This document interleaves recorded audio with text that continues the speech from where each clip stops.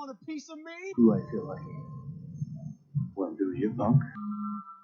Good morning, Vietnam! I love the smell of napalm in the morning. You're gonna need a bigger boat. I feel the need for speed. I wish I knew how to quit you. Love means never having to say you're sorry. You do. You shoot your eye out, kid. I answered. And don't call me Shook. There's no crying in baseball. This is wrong, bitch. Hey, the Schwartz with you. I am the father. At you, my pretty. Take your stinking paws off me. May the force be with you. Here's Johnny.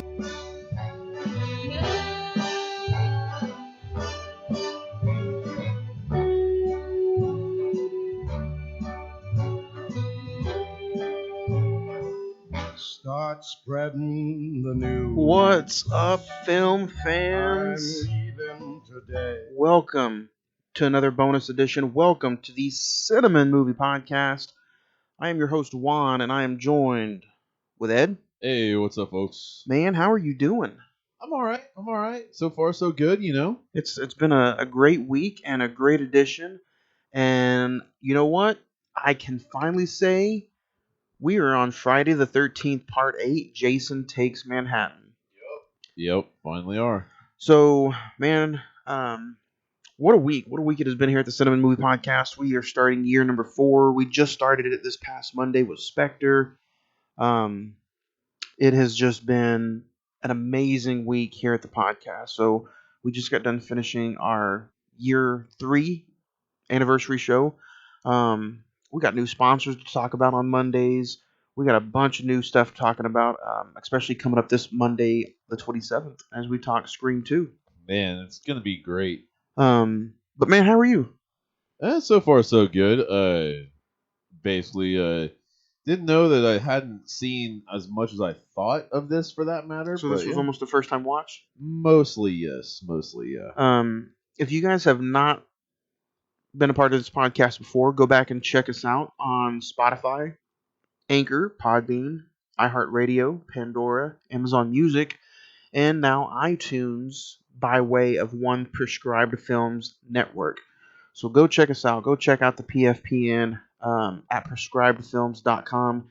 There you can find a bunch of other awesome podcasts along with yours truly, and you can find us on the iTunes through them. But now, you can also check us out on the social media. We just got done giving away a awesome franchise horror poster to one Cassandra. So congratulations to you. Our $200 giveaway.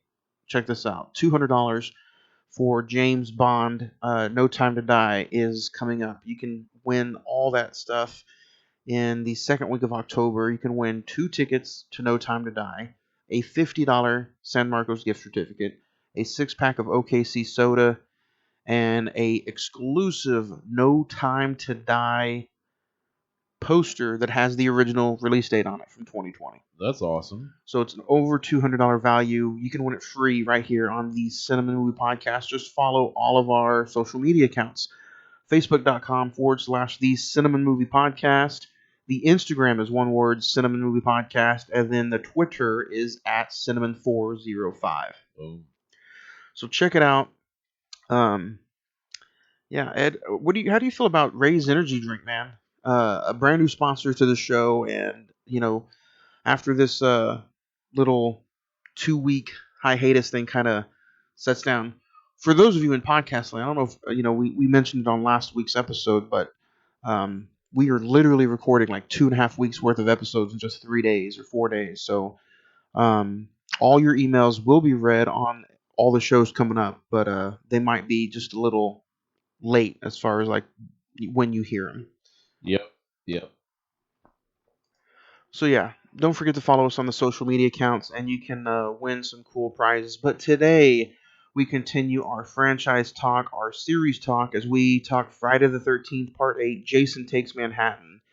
A boat full of graduating high school students headed to Manhattan accidentally pulled Jason Voorhees along for the ride.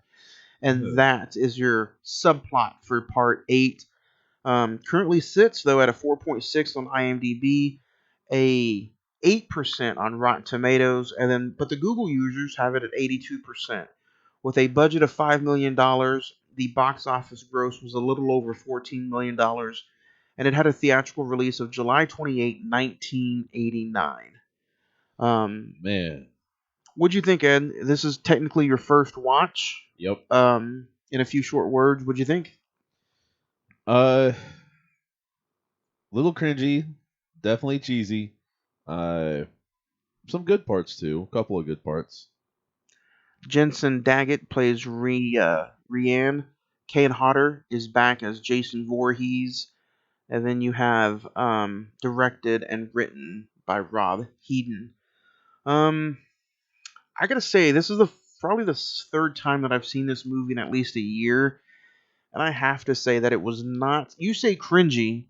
Yeah. I say this wasn't as bad as I thought it was going to be. I didn't say it was bad. I'm just saying. You said worse. To me, I would rather hear the words bad than cringy. Cringy means cringy sounds worse than bad. I mean, it's just some of the small little tropes and all that. Because, I mean, you've got the cocaine snorting duo, and then you've got the big boxer guys that have to be the heroes of the story, but that kind of shit. So I mean, there's just a few things like that to me that were just like, okay, we're still with the tropes, 100%. Even to this day, though, horror films do that all the time. So yeah. So what did you think? The way Part 7 ended, and I do like that about this movie. Part 8 does not go back to 7 at all. No, it doesn't. It doesn't revisit any of the movies before this. No, in fact, it's almost like its own little story. Yeah. You hear some glances, or you hear some flashbacks of Jason drowning. Yeah. But other than that... But don't get me wrong, even that, the boy was so much different in that. Because the first boy... Yeah, but they're not going to go all the way back to... Well, no, I'm just saying... Make him look just like the one from the original. Right, but the first boy looked perfectly normal.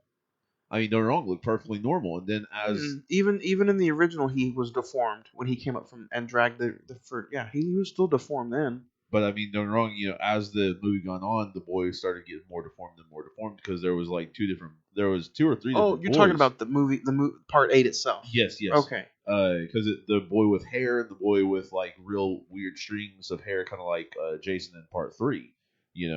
So did it? And I know we're really jumping ahead. Yeah. But the main character, Jason. No, I'm just kidding. The main character, played by Jensen, is Renee.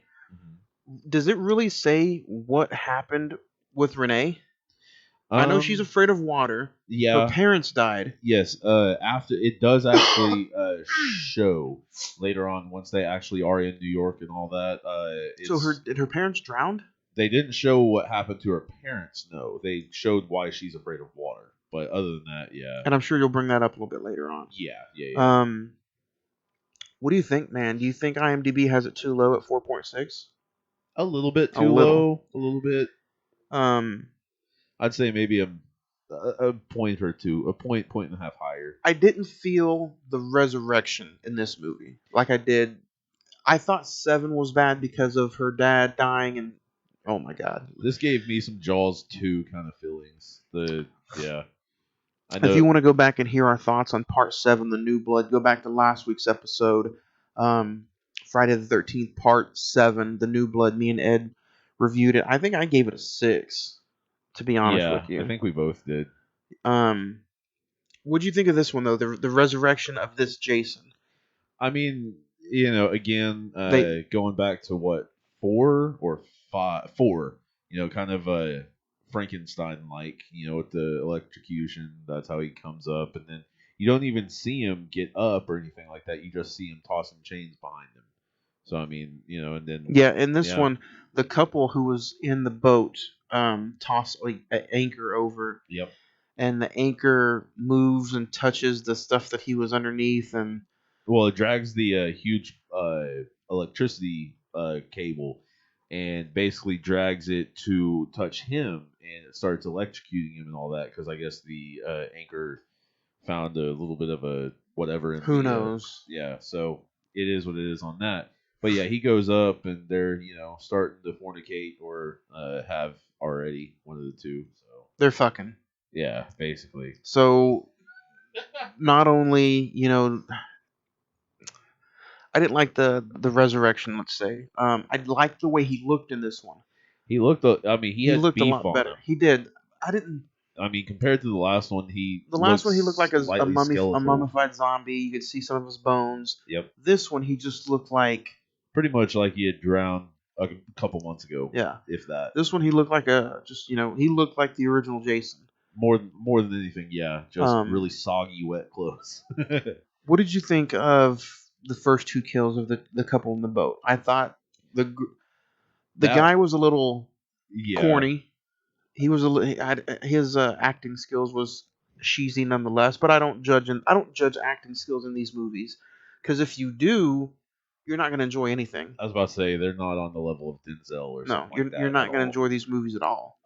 I would say her death is a lot more cheesy than his easily. I agree. I don't agree with you. I'm going to disagree heavily on that. And I'll state my case. The only reason I say is it felt like it took 5 minutes for him to push that tri-dagger thing through her. We'll see. Literally, like he was just going. Well, and mine was the going, opposite. I feel like his was cheesy because of the way the way he guy died, yeah. the guy oversold the kill. Yeah. And then the reason I like hers better is because to me her kill felt darker. Yeah. Like Jason, this is the first time I think out of any of the franchises or any of the movies that it almost feels like Jason was enjoying this kill because he kept pushing it in and enjoying it and going slow. I will say one thing. If I'm not mistaken, they did say the first couple did say that it was 30 years around 30 years after he died, Jason died.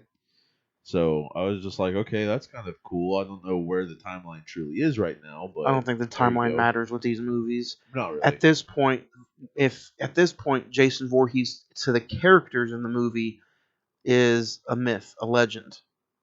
And say this movie really did take place in 1989, they may be talking about a monster from the 40s or the 50s. Very true. So I always take stuff like that with a grain of salt. I don't know. Yeah. But then you get introduced to the main character, the high school senior trip, and you automatically see that Renee has some issues. Yeah. And you can already tell that you can tell she's going to be the main actress and the main girl because she automatically starts getting bullied. Yep. She's not really welcomed, or she doesn't want to get on the boat to the trip.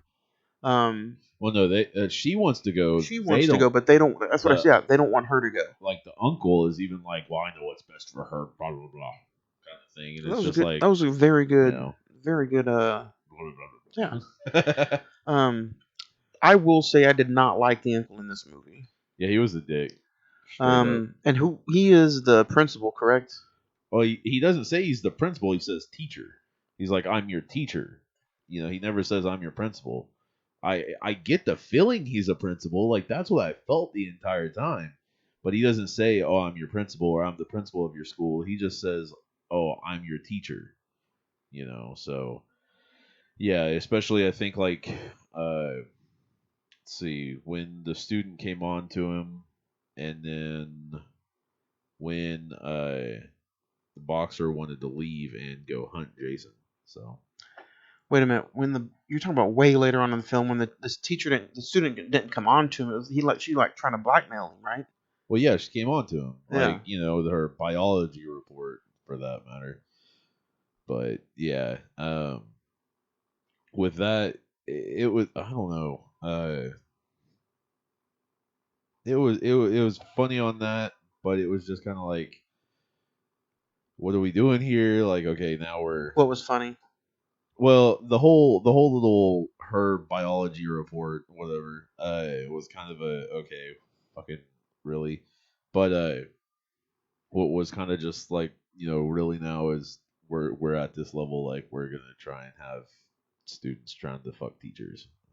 All right. Well, no, she only did that because he threatened to keep her on the boat when they go to New York City. Yeah. So she was like, I'm gonna blackmail this son bitch so he doesn't do that. Yep. Which is man, you skipped way ahead. A little bit, yeah. What's up with you, Ed? You high? Oh, apparently most of the time. So in this movie, you get a bunch of different characters right offhand. You get the recording teenager. You get the punk rock chick who dies at the bottom of the boat. You get the upper class two girls which one you're talking about? The Asian girl. Yep. And then the Susie, right? Yes. So Susie and Eva are the two that are like over the top. I'm better than you, right? Yes. Okay. What did you think of the janitor or the guy who was cleaning up after everybody that said this whole ship is cursed and you all are gonna die? The deckhand. I mean, he kind of Crazy Ralph again. You know, the trope of Crazy Ralph. I think he's got cousins and brothers out there somewhere because they keep bringing them all back. So really, the next kill after the boat couple, you have the first little boy flashback when when Renee is like kind of taking a shower or getting ready to take a shower, and she sees the little boy in the mirror. Yep. At first I was like, why is she having flashbacks? That's why I didn't know if she was having flashbacks of Jason or if she's having flashbacks of somebody that she just let drown because she couldn't swim. What do you think? And I mean, that's a fair thing right there because I mean Because she doesn't want to get in the water. She's afraid of the water. She can't swim. And these flashbacks that she keeps having of this boy, you're almost like, how are you and the Jason drowning related? right. And that's the thing that tripped me out through this whole movie. It never ties them into it. Yeah, There's no payoff. Is there? Well, yes and no. It's a very small payoff. How? I mean, if we're going to the very end of it, basically, she and Charles, her uncle, were out at Camp Crystal Lake and all that, and he was goading her by saying, "Oh, you know, Jason Voorhees is in this lake. He died because he couldn't swim, so you need to learn how to swim." And he pushed her off the boat, and then was like, "Learn to swim because Jason likes to pull kids down that don't know how to swim. So you better learn how to swim real quick, or else he'll pull you down." And she actually did start getting pulled down by the boy who was playing young Jason and all that. So I mean, yeah, basically just an asshole uncle trying to help her out, but in a wrong way. But there was no, other than the stupid storytelling, there was no relation, or she didn't see or have anything to do with somebody drowning. Not really. She just did what every other uncle probably does and throws somebody in the lake and says, "Swim or swing, swim or sink, bitch." That's that.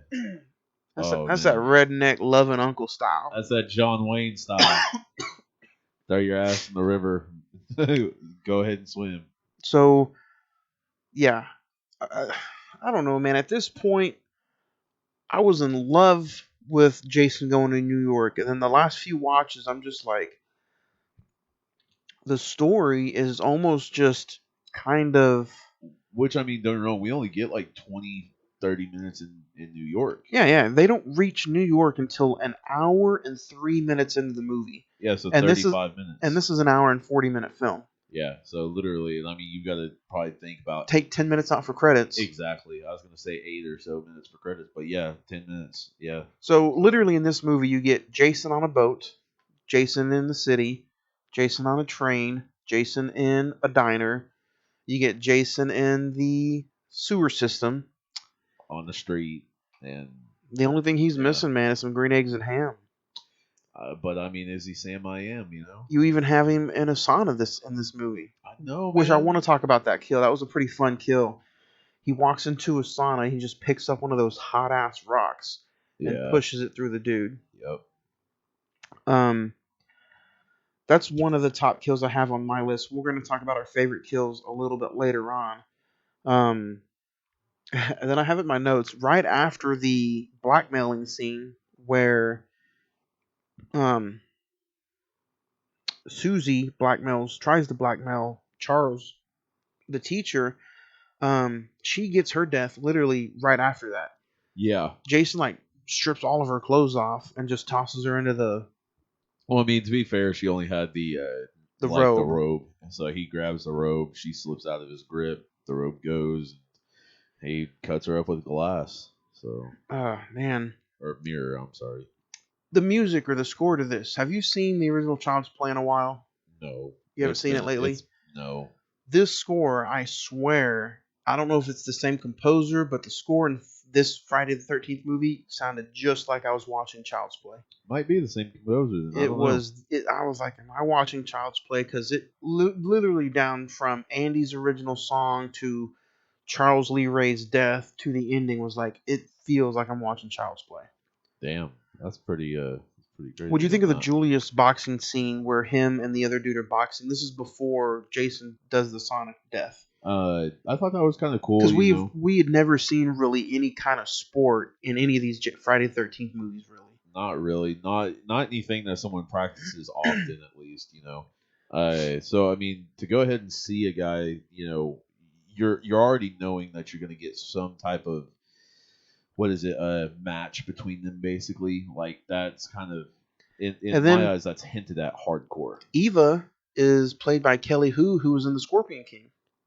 Oh, that's right. I don't know if you caught that. No. But yeah, that was a young Kelly Hu from the Scorpion King. Well, damn. Yeah. Okay.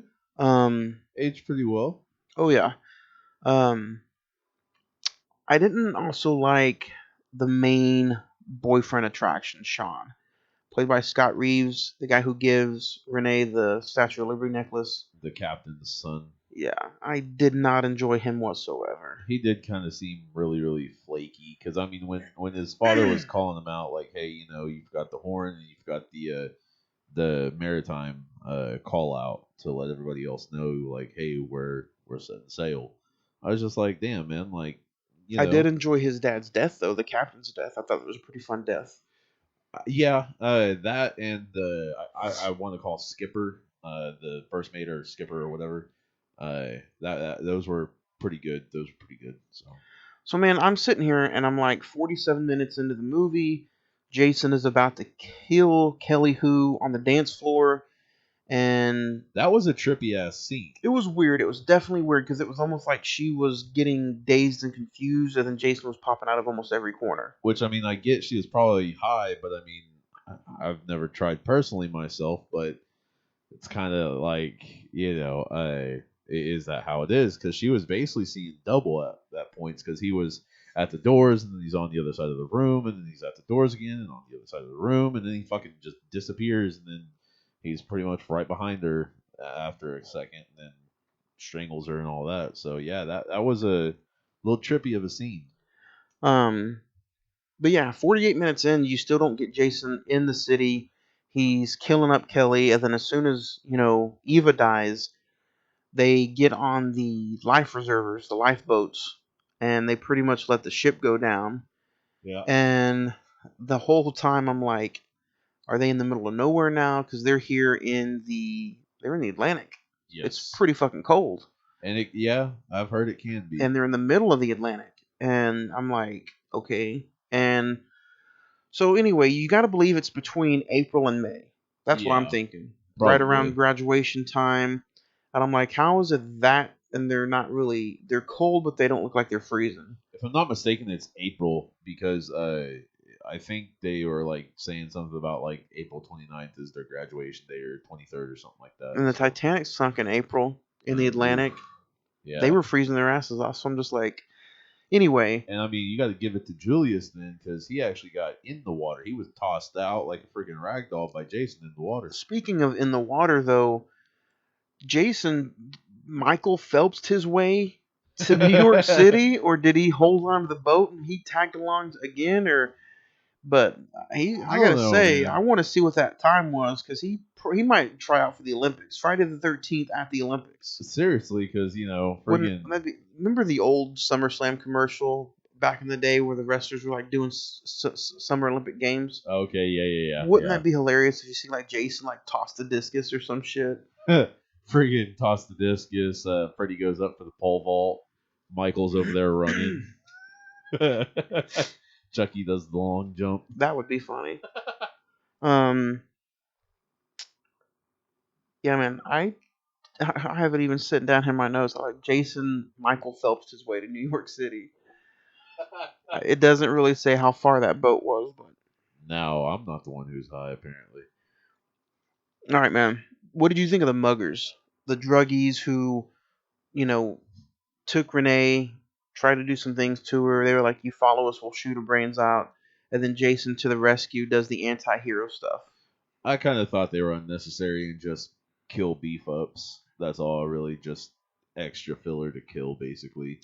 Because I mean, you've got to think about it like this. Like, I think there's only 2 scenes after that they kind of have the drugs they gave her kind of take hold over her for a second, and then after that, it's like nothing happened to her.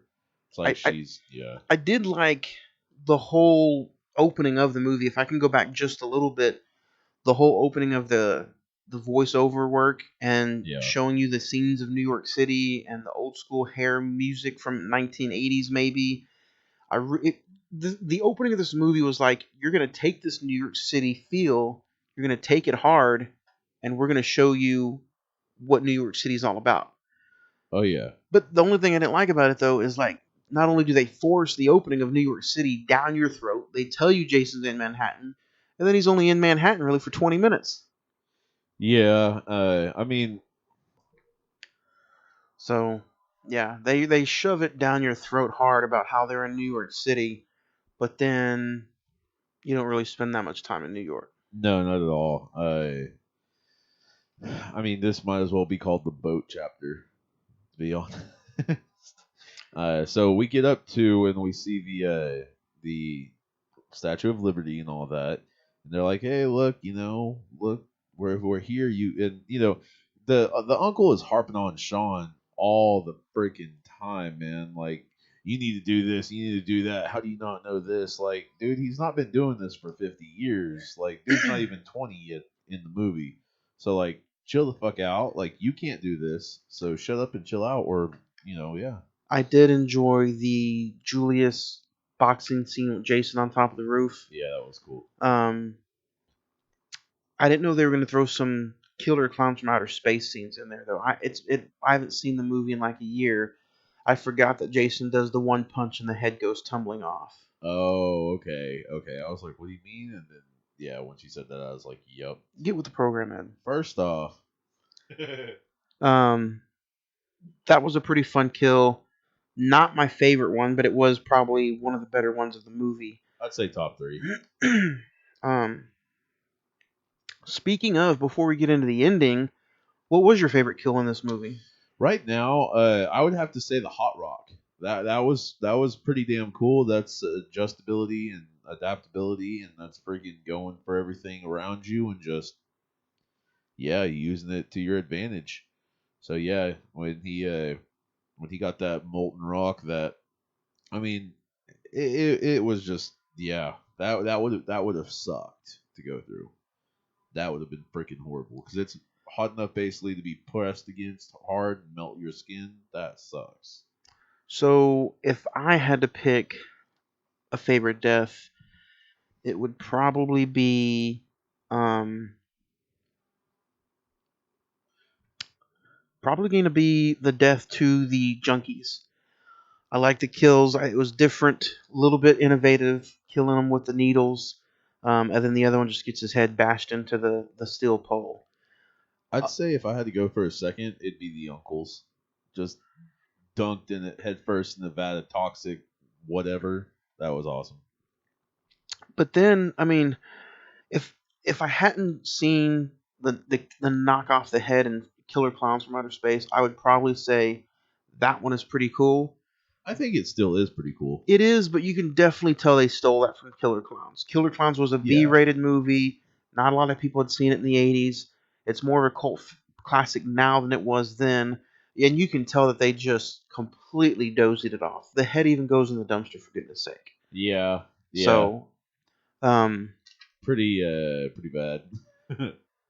what do you think of Jason going on the train and just seeing that character on the New York City subway? Did you like that scene? I thought it was pretty cool. Different element to Jason's repertoire. Before this, you don't really see him on many vehicles for that matter, or many transportations. So for them to be through that, I gotta say, yeah, that was pretty cool, pretty legit. Um, I thought it was pretty fun. And then Jason in the sewer. Jason in the sewer. That was actually, I think, really cool on how they like finished him off at least. Uh, so yeah, I've got to say, yeah, that was pretty cool. Uh, Basic toxic melting and all that. So yeah. No, I wasn't talking about the Jason death. Oh, Jason just being. No, just Oh, okay, I'm Jason. sorry. No, Jason just hunting down in the sewer. But I mean, hell, you already got there. You already, we already. Spoiler alert. Yeah, spoiler alert. No, we're in there. 32 years later. Did you really enjoyed that? It was all right. I mean, it was just kind of the makeup or the puppet or whatever they used. I thought it was all right. Better than a lot of the ones that have been used in the past. What do you mean? Well, the makeup and all that, the puppet, like I said, yeah, better than what some of the ones that have been used in the past, not just for Jason but for his victims as well. Man, it was another one of those movies where, again, would have been a cool death if this was the final Friday. Yeah, I mean, shoot. I did like how Jason is trying to climb the ladder and he sees the water and the toxins coming for him and he just starts spitting water up from the mouth. Yeah, mommy help me, and then because that would have been the perfect way for that monster to die. yeah, Drowned again, this time in a big old boiling water of mixed toxins, and he gets burned. And the only thing that was a little weird and confusing was it looked like at the end of the movie he had a normal hand, like it had washed all the demons away and all the bad skin off of him. that's what I thought too. I was just like, He had a good coconut water bath. you've tried. Yeah. So I thought that was cool. After Jason gets the acid thrown on him, the mask goes away, the mask gets knocked off, the acid turns him into a fucking Play-Doh man. Yeah, pretty much. Yeah. You enjoyed that part. I didn't enjoy that. I wish, it would have been cool if they kept the mask on him and he died that way. I thought it was just grotesque. Not that it looked grotesque, but the makeup itself to me was grotesque. For it being an 8th installment from 1989, I feel like it could have been a little bit better. It should have. I'm the opposite with you. I feel like we've seen better makeup in past movies than we have in this one. The way he looked in Part 7 when the mask came off and he looked like a weird creature, yeah, that looked a lot better than the Play-Doh mask guy that you have in Part 8. Yeah. No, I'm not saying this was the best ever that they've ever done. But you just said that you thought it was better here than it was in past movies. Yeah. I'm saying it's not. To me, it's the opposite at least. Worst. I think it would have been, huh? Worst. No, I think it would have been cool if they left the mask on and the water seeped from the holes. Yeah, kind of like how the pin did when she stabbed him in the eye, and then he pulled it out, and then you just got. Well, you see that coming up soon in Freddy vs. Jason when he's drowning in the van. Yeah. And you see the water coming out of the holes. Yeah. I was sitting there thinking about that would have been cool in this one, but again, they write it like it's the end and the final movie, and they just keep coming back with more. Yep. So you said your favorite kill would be The Rock? Yeah, I think that either that or maybe the uncle. That was kind of most satisfying kill, I guess. He was an ass in my eyes. So, yeah. Friday the 13th, Part 8, Jason Takes Manhattan. More like Jason's on a boat. What do you think? Do you think this is going to be one that you would pick back up? Probably, but not next week or not next month or not this year. That makes no sense. But you really sound like you kind of enjoyed this movie, but you're afraid to admit this would be on your guilty pleasures list. No, not like that at all. It's just like I'd watch. If you enjoy it, by all means, let us know. I'd watch these movies again, but I'm not gonna say like, oh, it's got to be a monthly thing or a weekly thing or even every year. Like it's got to be. I don't think there's many movies that can be like a weekly thing. I think you're blowing that a little out of proportion. Yes, very true. But I'm saying like it's not gonna be anything anytime soon. So. Might be an introduction if I ever become a father down the road. Might be an introduction then. I don't know. So, yeah, man. Last week was I I thought it was going to be. 5 to me is still terrible. 5 to me is still the worst in the franchise. I gave that, what, a 4? Yeah, I think so. Yes, You gave that a 5, I think. 5 or a 4, one of the two. Yeah. Part 6. Uh, Part 6 to me so far has been the best. Yeah. Yeah. Jason Lives. Yeah, I'd say. Yeah, especially after Roy Burns and all his bullshit. So yeah. I don't know why you keep bringing that guy up. That part 5, man. Leave that there. That should be buried with Halloween Resurrection. Oh shit. You guys know Yeah. how I feel about Resurrection. This part 5 is is Halloween Resurrection for Friday the 13th franchise, to me anyway. There you go. Our thoughts might change next week when we talk Friday the 13th, part 9, the final Friday. But before we get to that, Ed, star rating for part 8, Jason Takes Manhattan. I'm gonna give this a. I'm gonna say a 6. I'm gonna say a 6. Yeah. So you So loved it a lot, huh? yeah. Sure. Sure. I'm gonna give this movie a 5.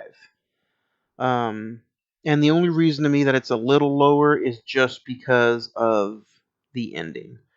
I would have liked to see a little bit more Jason in Manhattan. I think it would have been cool if he like stalked somebody in some apartments, or Jason in like a general big hospital or just something like that. But yeah, I will give this movie a 5. There you go. Yeah. 6 and a 5. Bam.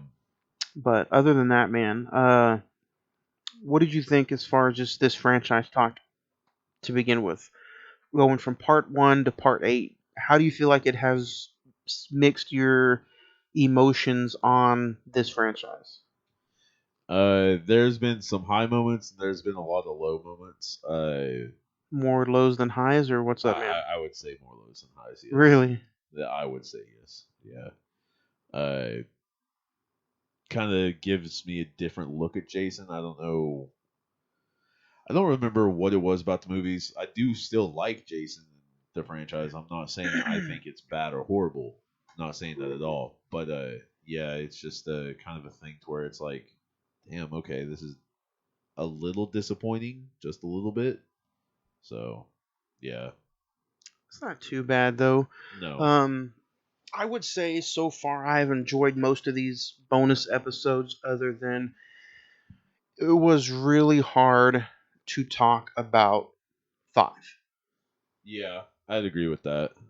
So, but other than that, man, I think it's been I think it's been like a fun, just overall conversation. Even if these episodes have only been like 45 minutes to an hour, which they have been, that's all they need to be. Yeah. I think it has been fun just going back and rewatching and seeing the evolution of the character.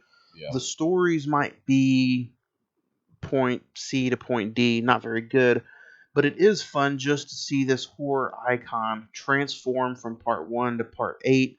And even though 9 and 10 might be horrendous, I still think they might be some fun watches. Possible. We'll see how it goes. I mean, only time will tell. It's hard to believe, man, that we've been through this for 8 weeks and we only have 4 more movies to go. Yeah, that's true. That's true.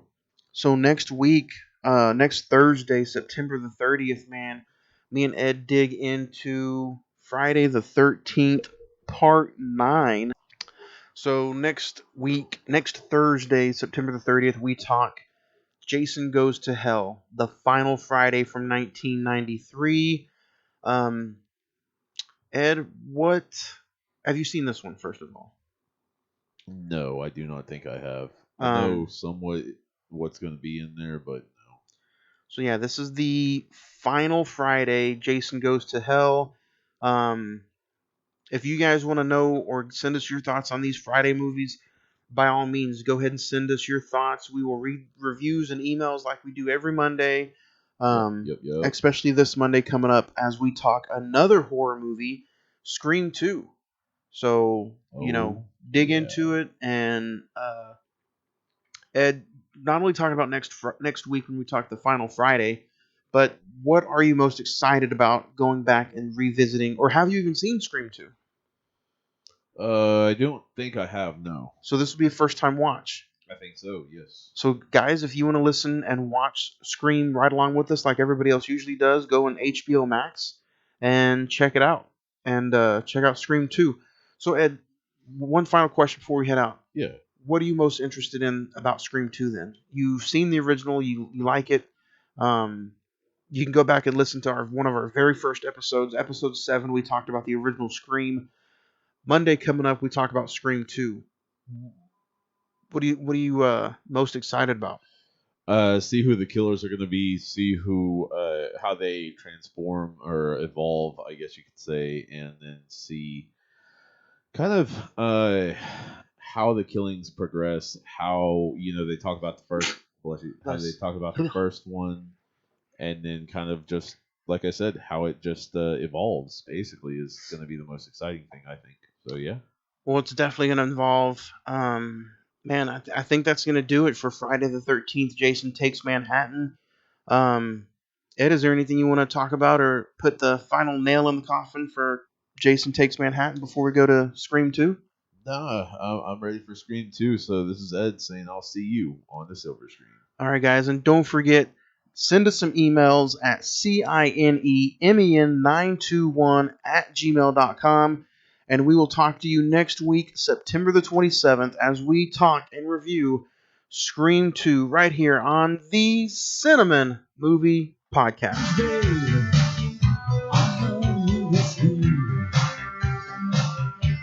Almighty